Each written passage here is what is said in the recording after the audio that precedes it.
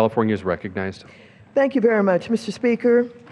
This bill will provide an important and long overdue reauthorization of the Native American Housing Assistance and Self-Determination Act, or NAHASDA. Through NAHASDA, the federal government provides housing assistance to Native Americans and Native Hawaiians, two groups that not only experience some of the poorest housing conditions in the nation, but also face unique barriers to housing due to the legal status of tribal lands. Through block grants and loan guarantees, NAHASDA ensures federal assistance ensures that it is tailored to address their needs while respecting their right to self-determination.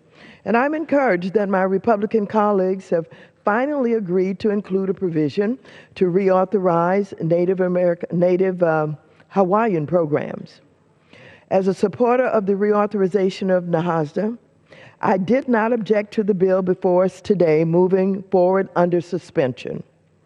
However, this is one of those times, while you understand very well why reauthorization is necessary, I must go on record to continue to support a fight and a struggle that I have been involved in with some of my colleagues for many years.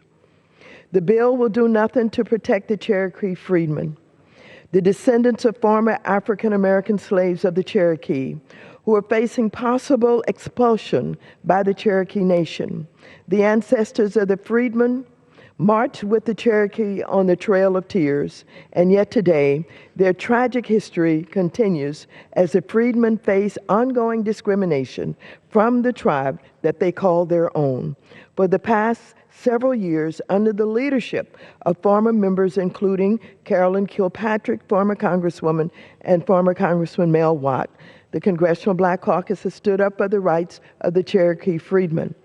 I attempted to deal with this issue by way of an amendment, but the Republicans again refused to offer protections for the Cherokee freedmen in this legislation. During the committee markup, my amendment was rejected, which would have made NAHASDA funding to the Cherokee contingent on full recognition of the freedmen as citizens of the Cherokee Nation.